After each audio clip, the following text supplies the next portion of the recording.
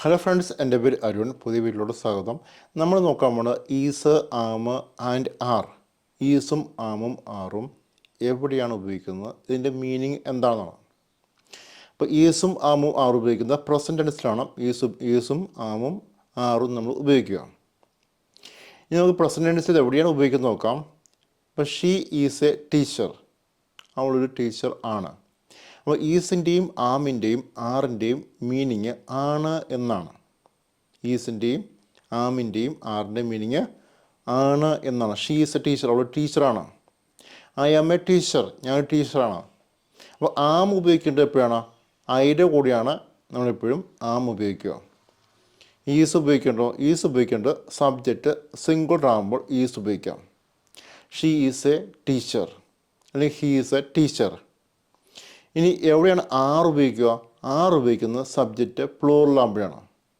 They are teachers. Maria and Martin are teachers എന്ന് പറയുമ്പോഴാണ് നമ്മൾ ആർ ഉപയോഗിക്കുക.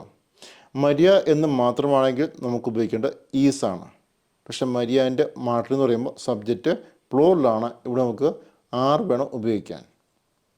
അതുപോലെ ഐ ഉപയോഗിക്കുമ്പോൾ നമുക്ക് ഉപയോഗിക്കേണ്ടത് ആമാണ്. ഐ ആം എ ടീച്ചർ അല്ലെങ്കിൽ ഐ ആം എ നേഴ്സ്. അപ്പോൾ നിങ്ങൾക്ക് ആമിൻ്റെയും ആറിൻ്റെയും ഈസിൻ്റെയും മീനിങ്ങും അതിൻ്റെ യൂസേജും മനസ്സിലായെന്ന് വിചാരിക്കുന്നു. ഇഷ്ടപ്പെട്ടെങ്കിൽ ലൈക്ക് ചെയ്യുക, ഷെയർ ചെയ്യുക. Thank you so much.